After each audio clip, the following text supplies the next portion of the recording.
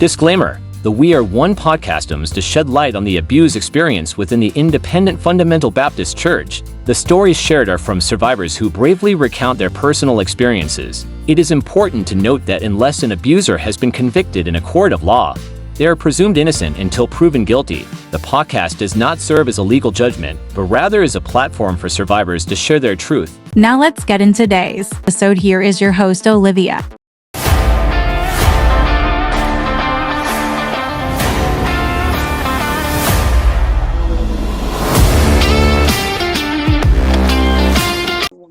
Hello, Dave. Hey, Olivia. I had to do the Wayne's World there for you. Yeah, totally. Let's just do roll call. Yeah. Well, thanks so much for coming on today's episode. I'm really excited to continue talking with you and learn more about Herman Fountain and, Bethel and all of that and kind of the TTI and how it's integrated with the IFB too.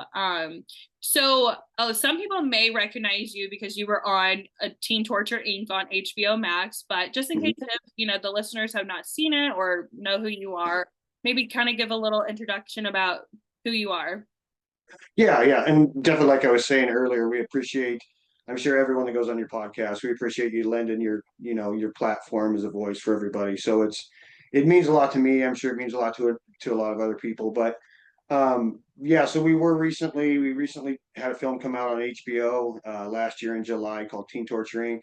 I attended a place called Bethel Academy. I was there from 1996 to 1997, and Bethel Boys Academy is a home for troubled youth, is what they call it. And it operated from 1980 all the way up to about 2008. The owner's name is Herman Fountain. It's down in Lucedale, Mississippi.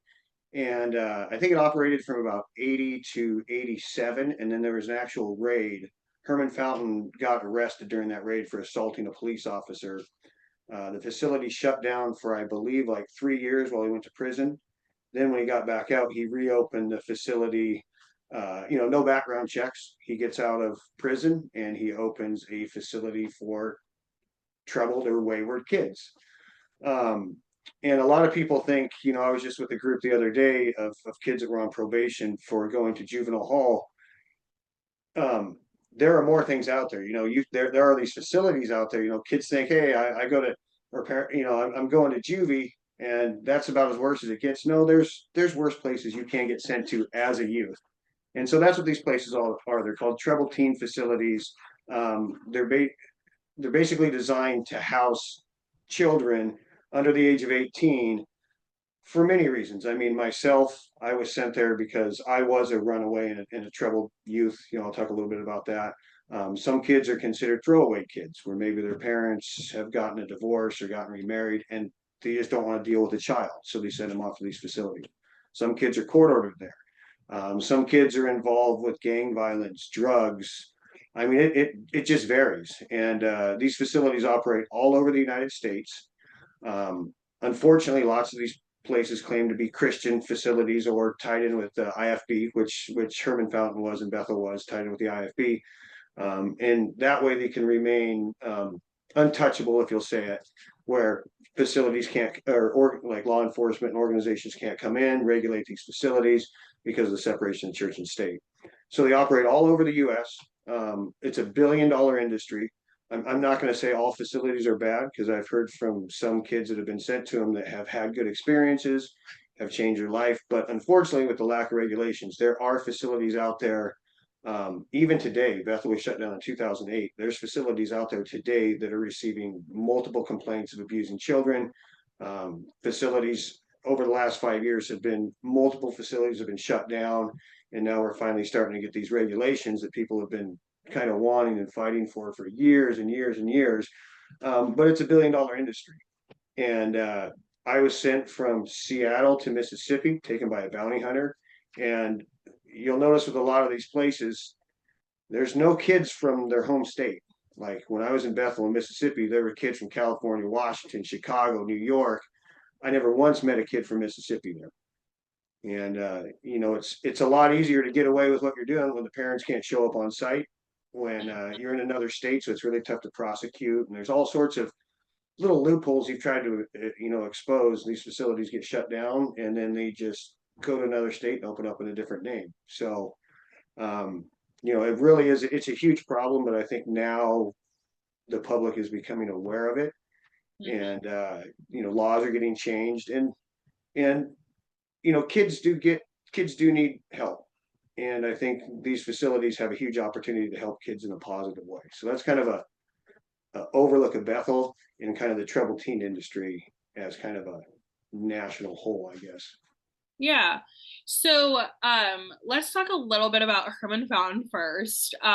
So a lot of people, whether they've watched the documentary, so they like have seen him before or they've heard of his name, he though had another person come in, William Knott, and they met in prison, correct?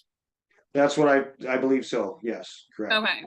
Yeah. And William Knott, though, was kind of like a drill sergeant in a way, from conversations and just videos that I've seen of him. And did you have experiences with William Knott?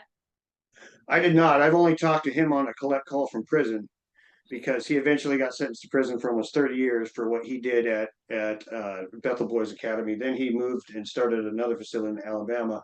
But Herman Fountain, it was weird. He would hire these people. One guy I remember as a staff member, his name was Frankie. He was an ex-heroin and crack addict. He hired all of his family members.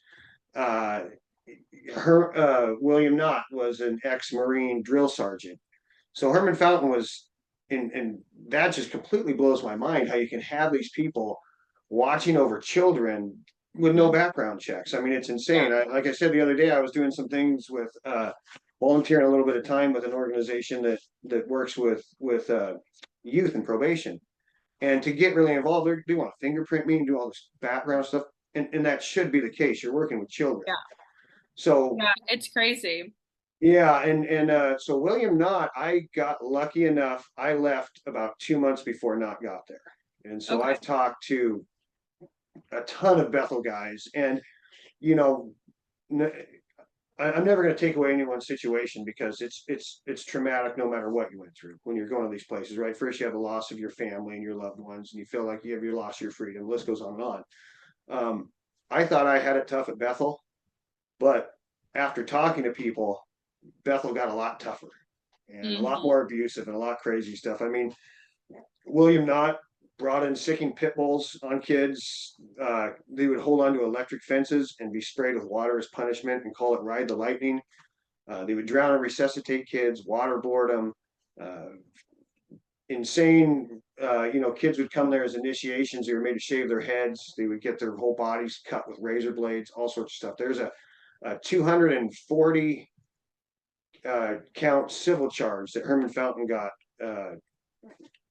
found guilty of that goes over 240 counts, and you can see that in the film. Captain Kennedy, he helped get Bethel shut down, but he goes over some of those charges, some of those counts. It's just absolutely insane. And so after Bethel shut down in 2008, William Knott, because the state came in, shut him down. William Knott basically said, okay, I'm going to get out of Mississippi. I'm going to go open a place called Restoration Youth Academy in Alabama. And he only operated there for about 8 months until he got shut down, arrested, and sent to prison. But state removed 15 girls from their building on Sullivan Avenue and 21 boys from their Spring Hill Avenue location. Investigators say they excessively used isolation as punishment and took physical exercise to the extreme, forcing the teenagers to work out for hours. Investigators also say that kids were physically restrained, sometimes with handcuffs, other times with 4-point restraints. Mind you, this was not some sort of court order stay. This was not jail. Parents were paying tuition, hoping to work out disciplinary. There's even a story, a kid had just lost his family members and parents, and William Knott went in the room, gave him a 45 and said, well, if you're going to act depressed and suicidal, just kill yourself now. He would put him in shackles. Like it's just something that you would hear, like, I mean, it reminds me of something. Yeah, like you just like hear it like on like a Lifetime movie or something that like, like, and you're thinking like, okay, that's just a crazy movie. Like that stuff doesn't happen.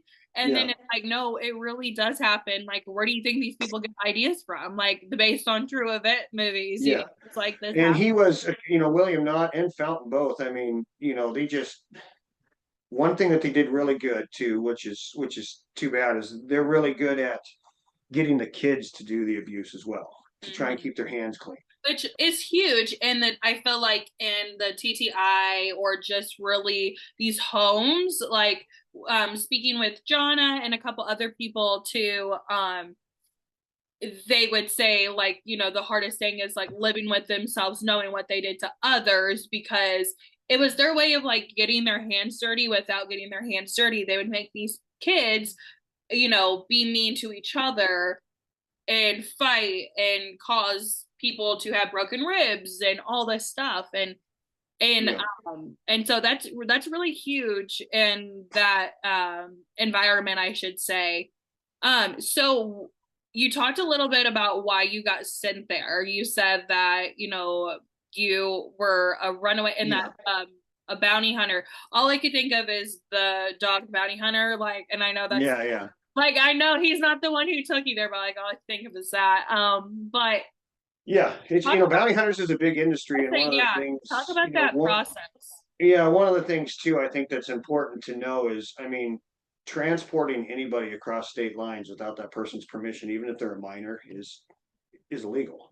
So I don't really know how these bounty hunters can transport people. Like I went from Mississippi, from Seattle to Mississippi. So that's another, thing in itself that I think needs to be addressed. But so my story was a little different. When I was at Bethel, like I said, the kids ranged in all different ranges. There were kids that were gang members. There were kids that got bad grades. There were kids that, had sexual misconduct. The list went on and on and on and on. For myself, at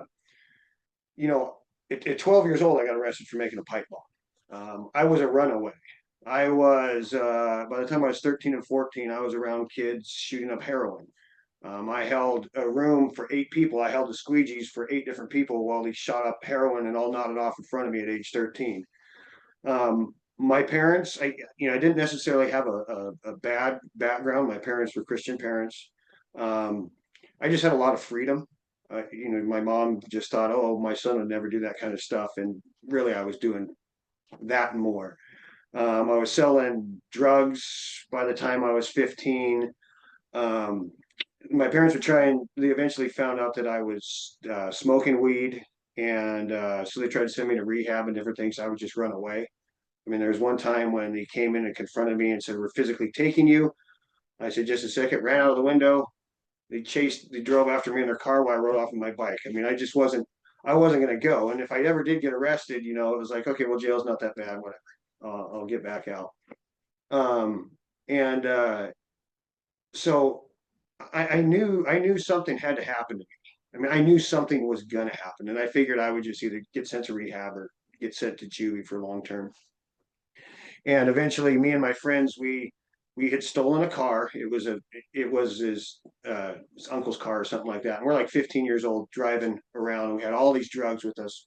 3 kids in the car, broken, smashed out window at like 3 a.m. And we drive by these police officers, and they're just looking at us like, what is going on? Not a single person had a license. We looked as young as could be. So they pulled us over, arrested us with all this stuff. And I'm not exactly sure what happened after that, but there was some sort of agreement made that they would drop the charges to send me to Bethel.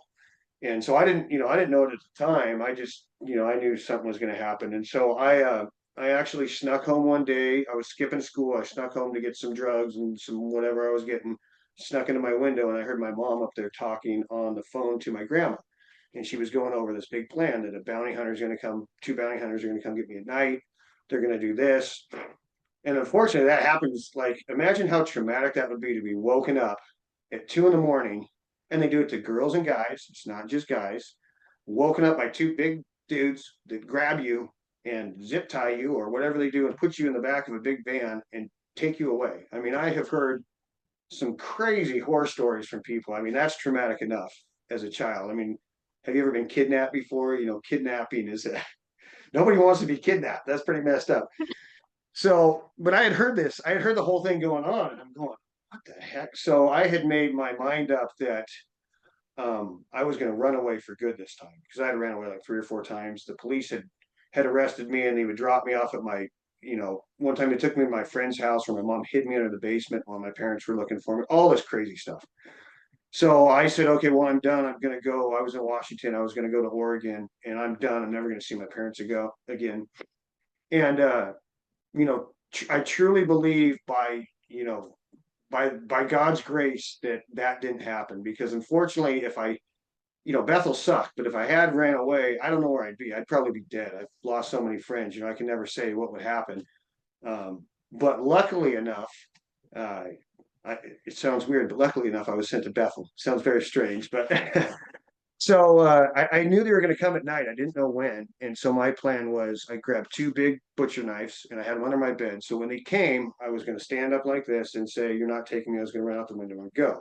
And so I'd always set my alarm for like, different times at night. They didn't come. So the day came when I was going to run away, and my friend was on his way to come pick me up. And for some reason, I just couldn't help but to tell my mom that I knew what was going on. So I said, "I heard you talking. I know what you're up to." And she was, "We would never do that." Of course, they were already doing that. She said, "We would never. No, no, no, no, no." So of course, me losing my cool, I lift up the bed and I said, "You think this is an effing joke? If anybody comes to get me, I'm going to cut them from ear to ear. No one's going to take me." And she just kind of looked at me like I was gone. Well, she went upstairs and proceeded to call the police and basically say that I was trying to kill her with butcher knives. And so then I heard a knock on the door and I thought it was the police. I thought it was my friend, but it was the police. 5 police came in, tackled me, arrested me, took me into jail. I was in a holding cell for like 3 days. I was just pissed as could be because I hadn't done anything wrong. And then eventually my parents came to get me. They brought me in some weird cell, and my dad asked me, "How was your time?" I said, "Well, not good. What do you mean?" He said, "Well, you're going to take a trip with a friend." So that's when the bounty hunter came out, or put me in handcuffs and stuff like that. And he actually transported me. So I was lucky enough not to be woken up and actually kidnapped. But it was kind of a weird situation that I was able to know what was going on, and still they ended up taking me. Yeah. The bounty hunter took me out of the King County court system in a police car in handcuffs, drove me to the airport, and I was in handcuffs. We went through all the back security and stuff like that. And I was just completely I'm like, "Oh, man, they're taking me to rehab or something, or I'm going to jail." I just had no idea that we get on a plane. From the plane, we fly to Houston. And the whole time, he's walking with his hand on my neck, and he's got his police badge, and I'm in handcuffs going through the airport on the airplane. And then from Houston, they drive me to Alabama. And once I got to Houston, I was just thinking of running away, but I'm like, where am I? What is going on? Where are they why would they take me? Why would they take me out of Washington? Like, what is going on? Why are they doing this? So then we get to Mobile, Alabama. It's like 11:30 or 12 at night, and Mobile, Alabama was about an hour away from Bethel. And then he gets me in a car, and we start driving. And I see a sign, "Welcome to Mississippi." At like 1 in the morning, I just go, I'm from Seattle, and I'm going, where in the world? What is going on here? Like, I don't know what's going on. So we eventually get to a dirt road. We take it right down a dirt road. It's a real long dirt road with willow trees over it, like something you'd see in a movie. I mean, I got pictures of stuff if you want to put any of them up. But we pull up to this big brick dorm, and there is a big giant blue fan just going choo choo choo choo choo choo on the second story. And the bounty hunter looks at me and he goes, "I've never taken any kid this far or to Mississippi." He goes, "But I have taken multiple kids to these places. My suggestion for you: keep your head down, do what you're told. You'll make it out alive." And so we get out and we go walk into the dorm at like 2 in the morning. And next thing I know, I'm in the dorm. Is old, rickety, and like it looks like something out of a movie. All these little heads are popping up everywhere. Pop, pop, pop, pop, pop. I hear all this whispering. And this kid hops out of bed. He goes, "You must be the new kid." And so instantly he takes us down. Brother Fountain comes back to the dorm, and he's, short little guy, Southern, super Southern drawl, and nice as could be. "Oh, we'll take great care of that boy. Oh, I'm so glad you got him down here, sir." And he just kind of rushed the bounty hunter off, and I could see the bounty hunter kind of looking back like, okay. He gets in his car, and I swear he almost had a little hesitation about leaving me there. But he turned around, drove off, and left, and then instantly it changed. Yeah. What? So, 'cause I can just imagine, like, you're probably thinking, where am I? Kind of like what you said. What was your, like, if you remember, or how did you react when the guy, bounty hunter said, just do what you say, and you'll make it out alive? Like, that's a pretty bold statement to tell a kid, like, hey, do this and you'll stay alive. Like, But what? he was honest. He was honest though. I mean, he was being honest. Like, do what you're told, and you'll make it out alive. Like he wasn't.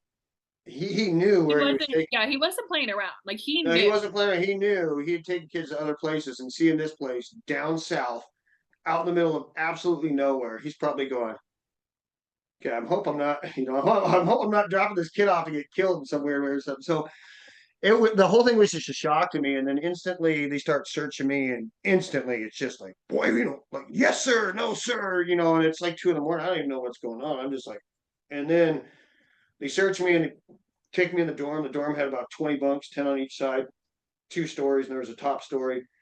And they put me in there in the bed, and I just hear all these kids just whispering about me and just talking about me. Oh, there's a new kid, there's this, there's that, And I didn't even know what to do, man. I just put my head down on my pillow. And next morning I woke up to lights buzzing super early, and they go, it's pop call, which is something that we had to do, clean the dorm and everything. And I'm just looking around, and the next thing I know, somebody comes and grabs my mattress from the second bunk and just completely throws me and the mattress off on the ground because I'm not getting out of bed. And that's just kind of how it started. And it was just like, what is going on? And I'm from Seattle. I had never, it was just a whole different, completely different lifestyle world. Yeah. So, how long were you there for again? So I was there for 11 months from Okay. 16 to 17. And Family ever come down and, like, visit? Because some places have, like, visitation, random months, family days. I did one time. So the the first, like, the initial shock that you have with these places, I think a lot of places, is their goal is to break you down because we've said this, it's kind of a cliche thing, but it's a lot easier to beat a dog into submission than it is to train them the proper way.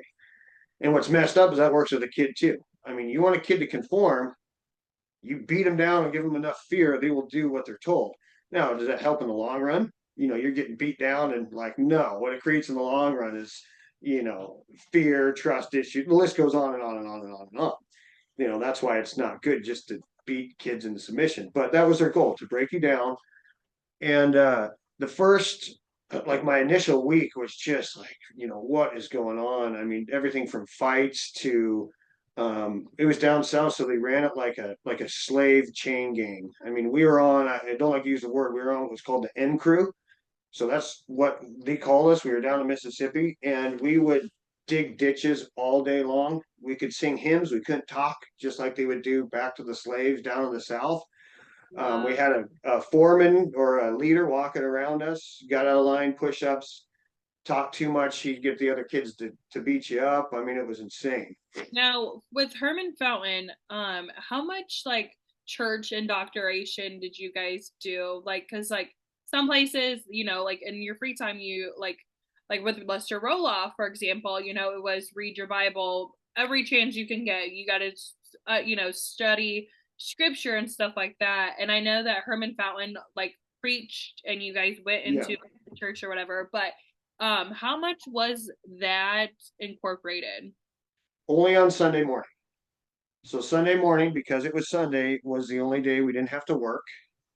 And it was the day we would get up and put on, we'd always have these beat up clothes with white stained t-shirts, but on Sunday morning we had to wear blue slacks and blue shirt, dress up nights to go to church.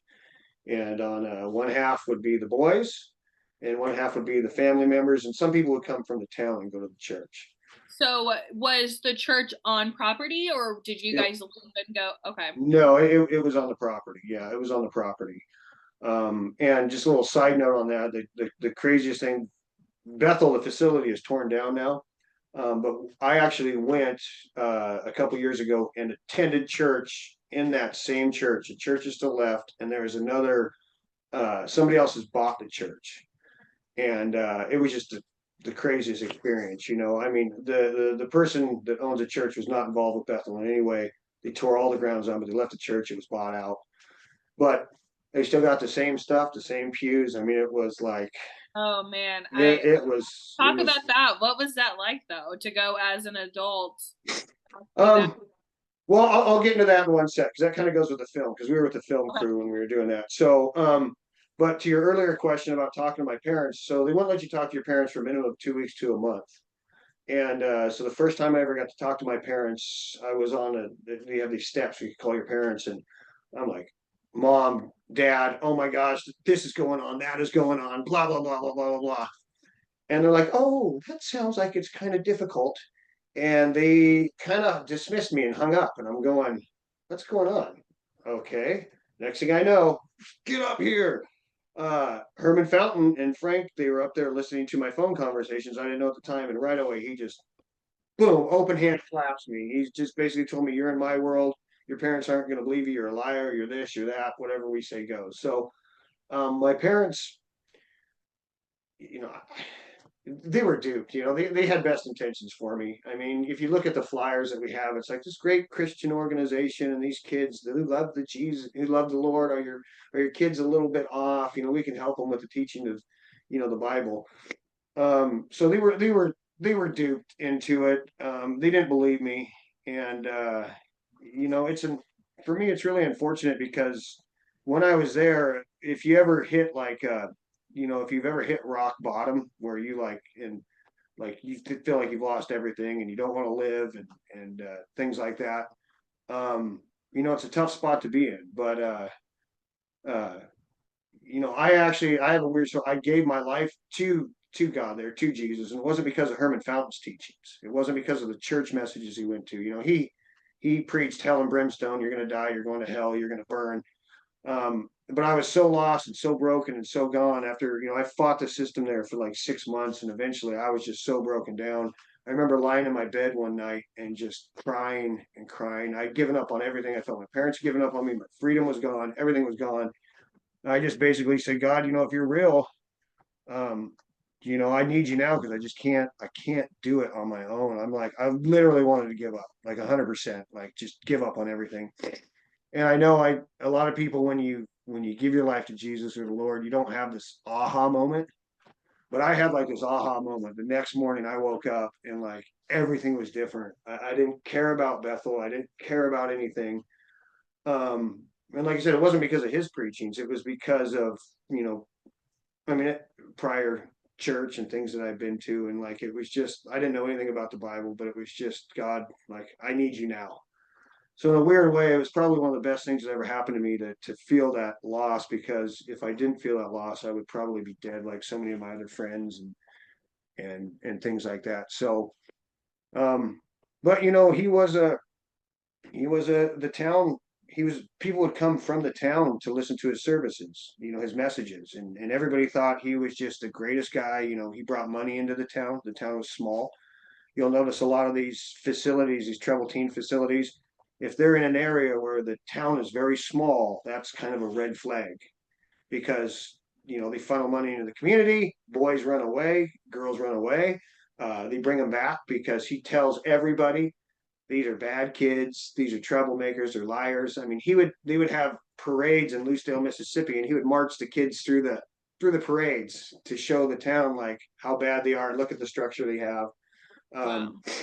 So he, according to the town, they thought he was just a great man doing God's work. And unfortunately, he had like the greatest opportunity when kids or anybody's in that situation where you're ready to give up and you have nothing. I mean, you're so like formable or whatever it is. You're so lost. You have the hugest opportunity to help turn them, to God or to whatever it is, to get their life on the right path. But unfortunately, he just didn't do that. He Yeah. had this massive opportunity and he completely wasted it, in my opinion.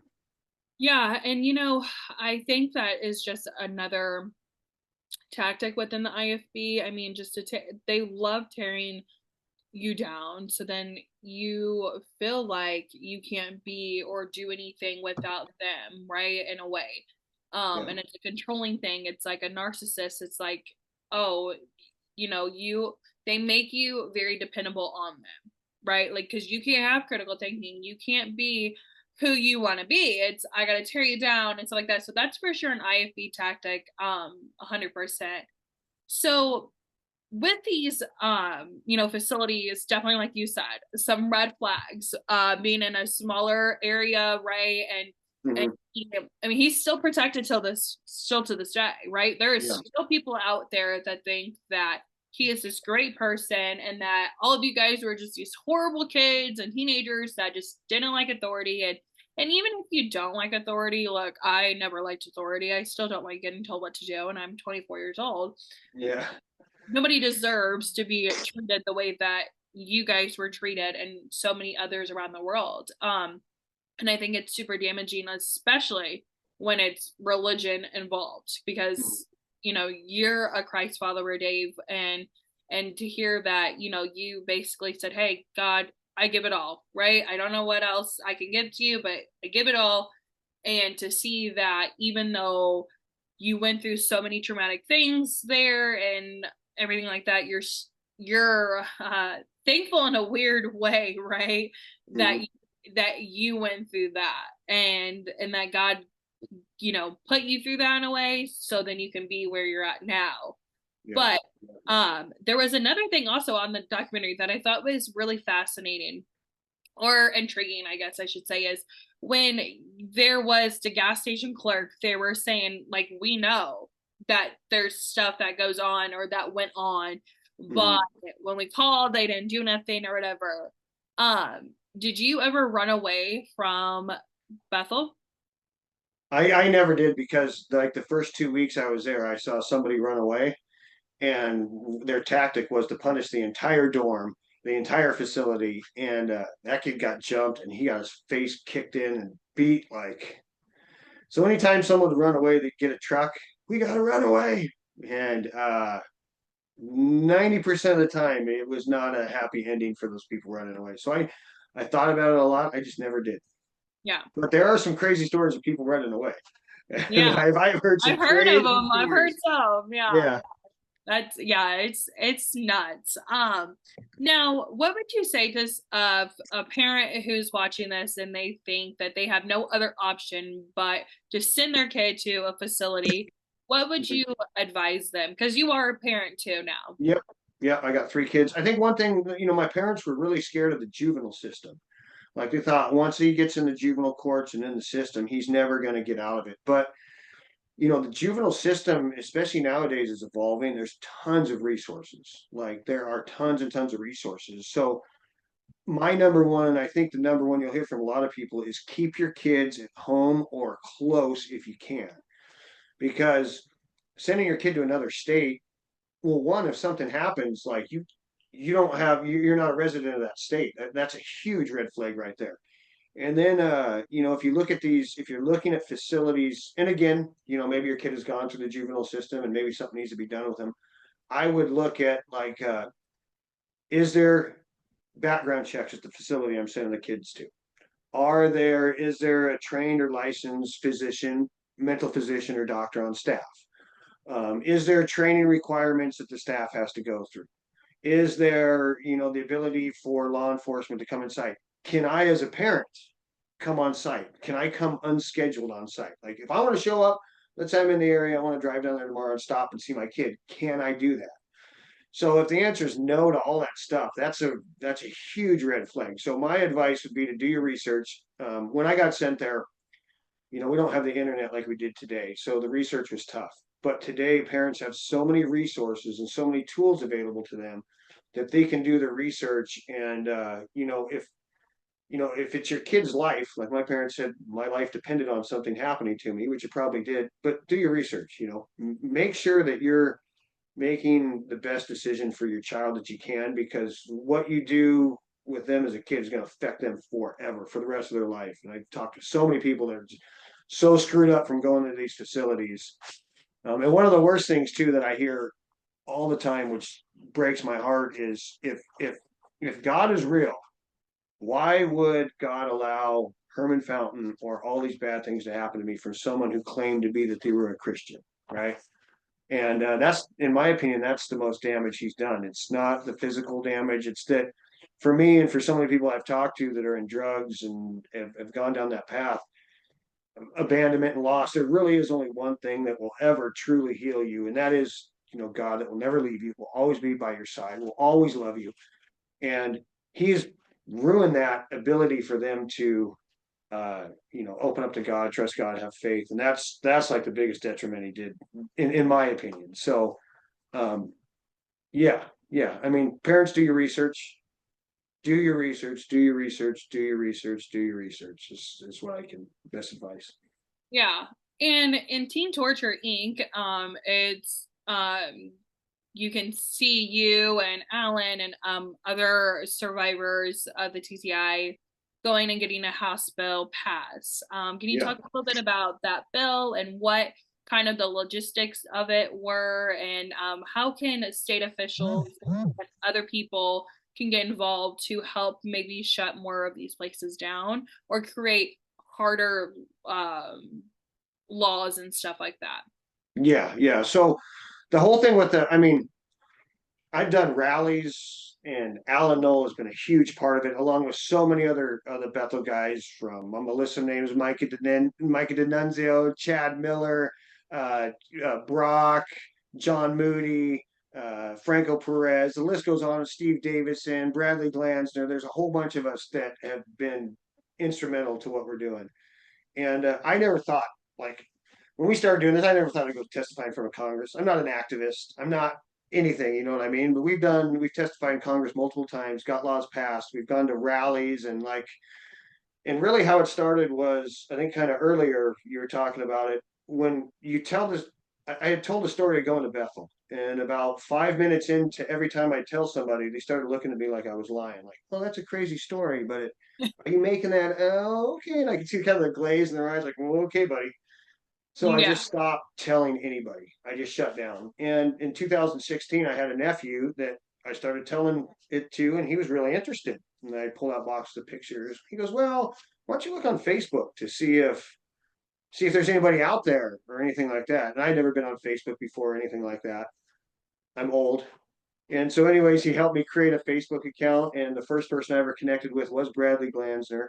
But it just kind of snowballed. We started connecting with all these people that had been to Bethel, and it was just like this huge, crazy, like Domino effect. Domino effect release off of everybody's shoulders. I mean, all of a sudden we could talk to these people we were there with. It was funny. I took all these phone numbers home, and I got Alan's phone number on this sheet of paper from 1997.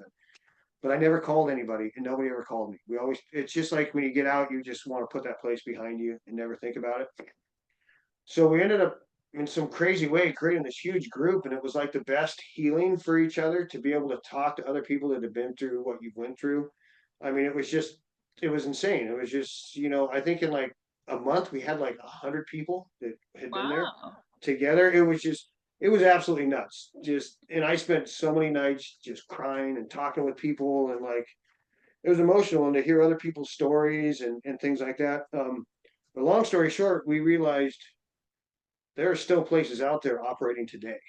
Like, we thought Bethel was a one-off. No, wait a minute, what's going on? So it sort of put all of us on this journey to let's let people know this crap is going on. What about these facilities? And people would call us, and people would talk to us, and this is going on in these facilities. And back then in 2016, there was nothing out there. There was nobody talking about it, and anybody that talked about it, they're called liars and whiners and this, that, and the other. So it just kind of spiraled, and we said, okay, well, if no one's listening to us, let's try and get on the news. And then we had an idea. Okay, well, this Bethel is so crazy. We need to make a documentary about this film back in like 2017. Little did we know, we thought the documentary would be done in 6 months. It took 5-6 years for them to even release the stupid thing. It was so crazy. But so we went on news groups. We started reaching out to media. I mean, we just started publicly, and Alan really took the reins on that, just publicly sharing what happened to him. He was 10 years old. It's such a heart-wrenching story of what he went through, but to be vocal and be open like that, you don't know how many news organizations interviewed us and never released the story. Like, why does that happen? There's too many red flags, there's too much liability, there's too much this, there's too much that. Eventually a local news station, King 5, released our full story, and it was like the best news piece he'd ever done at that time on the troubled teen industry. So that just lit a fire under us. Like, what is going on? The media is not doing their job. The media is failing us. So it's like, we got to get this documentary made. So we just pushed and pushed, and we turned down a couple different offers. One time we had San Francisco Film School saying they're going to make a documentary about us. We turned it down because that would be done so soon. Long story short, eventually a company called Talos Films picked it up, and it got released on July 24th on HBO and Netflix. It's it's the second or third documentary on the troubled teen industry that's been released, but it's the longest documentary that's ever been in the works before any other documentaries were released out there. And to get it on a major platform like HBO is just huge because, awesome people can see this stuff. Oh yeah, absolutely. And Paris Hilton is huge in the troubled teen industry, She and you did a kind of great see, job. yeah, and you see kind of her on it and stuff like that. And it shows the guy, I just can't think of the official, sign it, and you guys Yeah. are watching it right. Yeah. Okay. Yeah. Let me go. Sorry, I went off a No, tangent there. you're totally fine. Let me Because go back to your, talk about that so feeling Paris though. Hilton has been huge too. It was so awesome to see a celebrity come up. We went down there with her in Utah. It's so cool to see a celebrity using that platform to be on, to open up. Um, but yeah, I think our biggest accomplishment. So there was a House bill passed in Alabama that got Restoration Youth Academy shut down, and there was a bill that we passed in Missouri that was huge. And here's the thing, like, Provo Canyon, a lot of stuff happened, which I'm not justifying anything, but it was a regulated facility. It was not a faith-based facility. And unfortunately, the abuse that happens to kids, like 80% of it is done at faith-based facilities. And that is because of the separation of church and state, which in my mind, anybody's mind, you don't have to be a Christian. You can be any religion. You don't want the government coming in and telling you how to pray, what you can't do, this, that, and the other, right? So separation of church and state has to be there. I mean, it's in the fundamentals of our country. That's not going to change, and we're not trying to change it. You get some groups out there that are saying we need to get rid of the separation of church and state. They did this bill with Adam Schiff where they're going after kids, but also any parents that don't give. There's just all these. They mixed it in this huge thing going after all these religious rights, and it's like no, and it becomes a left and a right issue when you do that. Really, what we want is we just want to protect kids that are housed.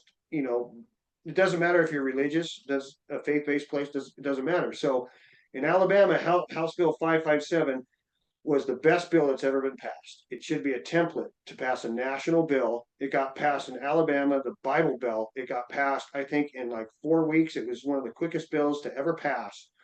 And the bill focuses on children housed in facilities 24 hours or more that are not their home or guardians or caretakers, regardless. It doesn't go after religion. It says if you do that, you have to follow these rules. Kids can't have access to a phone line. People need to have background checks. State officials and police can come on site at any time. I mean, it's the most comprehensive and best bill ever, and it doesn't go after religion. And once you also don't go after religion, it's not a right versus left. It's, oh, okay, well, everybody can get on board. It passed so fast. Similar thing in Missouri, not as effective, not as good, but similar. And what was really cool, the person that sponsored the bill in Missouri was Senator Rudy Veit, and he was a Republican. So you'll see a lot in the industry, these people are trying to get the Democrats, and they're saying, well, of course the Democrats are going to, it's not a left or right. You need to go after if you're trying to get a law passed and you think if you're just going to get your least path of resistance on board to support your law, you need to go after where you think the most resistance is. So if it's a bill and you think your resistance is coming from the right or the left, it doesn't matter. Those are the people you need to go after and get on board. And so that's what we did. That's what everybody did. And that's why these laws have passed in these really tough states where there's a big problem, because we're getting both sides on board just about children. We don't care about we're not going after religious. We're not going after nothing. We just want to protect children. And that's really what has worked and has been effective for us, is that sort of mentality. Yeah, I think it's easy, it's easy to come on and say, let's tear these places down, right? But it's not as easy because you have separation with church and state and all of that comes to play, and with the laws. But just to have more stricter rules in the way of the guidelines on, like kind of like you said, law enforcement, phones and stuff like that can really truly help. And I know like back then it's not what it is now. And so, and if you're above board, why would you care if law enforcement came? Yeah. Like if you're not abusing the kid, why would you care? Why are you gonna say nope? Separation of church and state, you can't come in. In reality, the places should be like, let's do this, so then it protects us too. But it's not. They're not thinking like. Well, it's changing. Like I said, it's changing and it's evolving, which is really cool because the attention is, the attention now with everything that's going on. I mean, back in the day, like I said, they call us whiners and liars, but now you are having thousands of people. You're having celebrities. Like we're this massive voice. There's no way to ignore it anymore. Yeah, the world's changing. They're evolving, and I hope for future generations that they don't have to deal with this. And it's unfortunate in the past that you went through this, and so many other TTI survivors out there. Hold on. Yeah, we should not be doing this podcast right now. Yeah. Bless you. Sorry. Yeah, we should. That's the fact that we're doing this podcast right now is a problem, right? Like, eventually there will be no podcasts on this anymore because the problem will be solved and fixed. I hope that would be great. I would love. I always tell people this. People are like, "Oh, what's your podcast about?" I'm like, "Oh, I expose the abuse," and it's like that shouldn't even be a thing. The church should be a sacred place. Yeah. Pastors and just people should not be like in that, in that role or whatever, should not be the abusers. People should be able to come in and have that place. And it's unfortunate, but people, they suck and they're predators. And one thing I'll say real quick, I know we're getting, I know we want to keep it under an hour, but I will, so one thing that was really tough for me, like on the religious aspect of it, when I got out, there was like nothing for me. There was nothing, no programs, nothing. I wish I could have got into something or had somebody or had someone that could help me or mentor me or tell me what to do. So when I got out, I mean, I'm sent for behavior. I got worse into drugs, way worse into drugs, into crime, arrested multiple times. I mean, I had every year for the past 10 years, I have had, except for last year, but in 2023, I had 2 friends pass away, all from drug overdoses or drug related things. I mean, it's just so unfortunate. And what happened to me, I had one of my best friends in, I think it was 2022, he actually was on meth. And on Christmas Day, he went in the middle of the freeway, stopped the traffic. He was hitting cars with his belt, hit this huge ordeal. Cops came up and shot him 7 times and killed him. And it was kind of then like I just gave it all up. And I mean, if I hadn't given it all up, I'd be dead like my friends. But I, even though I believed in God, like I said earlier, I gave my life to the Lord at Bethel. I still wasn't living right. I mean, I wasn't doing anything. I didn't have any guidance. I didn't have anything. And eventually, like I just gave it all up. And God's been so good to me that I'm still alive and still breathing. Some of these other guys, it's just this huge, amazing, crazy blessing that we're still alive. And I truly feel like anyone watching, if you're still alive and you've been through trauma or you've been through hard things or bad things have happened, there's a reason why you're still alive. There's a purpose. There's a reason, and God wants to use you. And, I'm blessed to be alive because like I said, I've lost so many friends. So. Yeah. Well, I mean, Dave, this has been a good conversation just to talk about, Bethel and bring a little bit bring awareness about these places. Because there's a lot of people out there that truly do not know. I mean, I was one. I didn't know about a year and a half ago. I would have never even known about Bethel. And so to talk about Herman Fountain and stuff like that. And, I know that I appreciate what you guys, you filming it and, getting it out there for the world to see. And I'm really excited to hear the feedback. To end with the episode though, okay. What are 2 crazy memories that you can think of that happened to you at Bethel that most people, if you say it, people are probably like, that's crazy, but what are two of them? Jeez, two crazy memories to think of.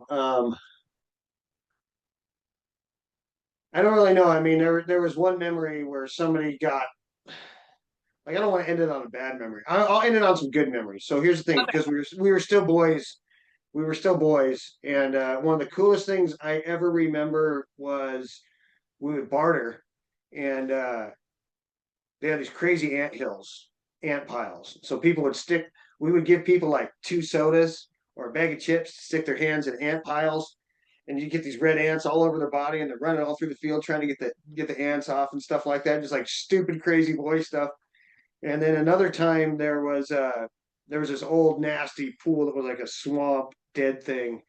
And we this guy Josh Harvey, we built this thing out of 2x4s and nails, and we put it across this old pool, and the pool was like 2 feet up of just like it'd been there for years of swamp and grossness. And so we gave him a case of soda to try and walk across the 2x4s. And if he made it, he got a case. And if he didn't, we'd give him 2 cases. And he gets about halfway. He's trying to make it so bad and starts wobbling. And he goes head first into all that stuff and all that crap. And we laughed and laughed. We paid him his sodas and stuff like that. But yeah, those are two wild memories. Like I said, I'm not gonna go over bad memories, but and another memory, the coolest thing ever was I'll be real quick here, was filming with the film crew. I'll come back to that real quick. We went with the film crew to the church. The coolest experience I ever had, I think, in this whole thing was we got to go back and walk the grounds of Bethel, which is Mhm. something that a lot of the Bethel guys have wanted to do. We've been talking about it for years to get a group together. We were blessed enough to go through the town of Lucedale with this film crew. We had 14 people following us, me and Alan. And I tell you, we stopped by every store. We told everybody about what's going on. We told everybody about Herman Fountain. We went to the church. We sat in the same pews that we sat in, 25 years ago. But the coolest thing was we went and got to walk the grounds, and they had torn everything down, but there were still the slabs of the concrete where the dorm was.